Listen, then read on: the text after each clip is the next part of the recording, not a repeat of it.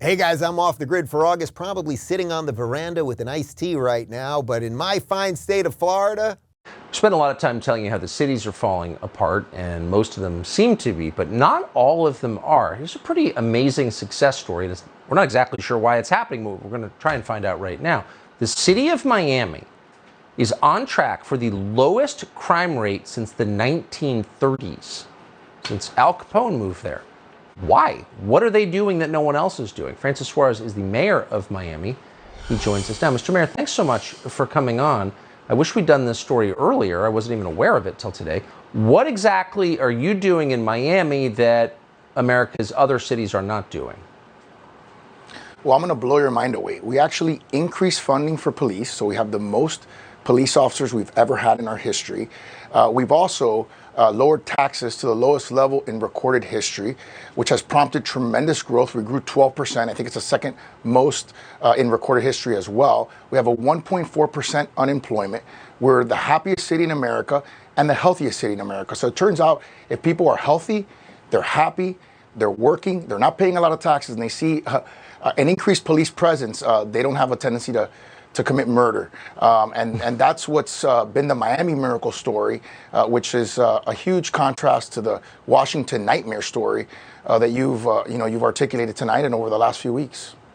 So there's this great video floating around the internet, I assume it's real, of the riots in the early summer of 2020, and people came to Miami and decided they were going to riot.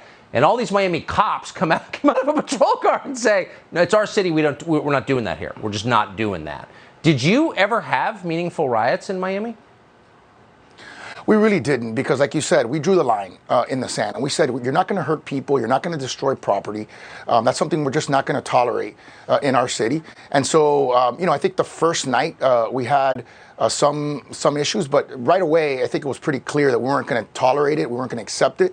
And so whoever came in from out of town obviously realized that Miami wasn't a place that was going to accept that kind of behavior, and left and went to somewhere else to create havoc over there.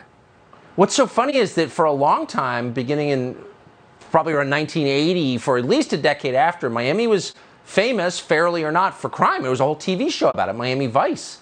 Is it kind of weird to be now famous for being safe? I grew up in Miami. I was born and raised there. I was born in 1977. In the 80s, we had 300 plus homicides. Right now, and I knock on wood here in the studio, we are at 28 year to date. So from 300 plus to 28, and we're hoping the trend continues for the rest of the year. And we had to look back in our archives to see when was the last time we were ever that low. And so, like I said, it's really a trusted and true formula for success. We keep taxes low, we keep people safe, and we lean into innovation to create high-paying jobs. It's sort of the Miami story, and it's something that should be scaled across America.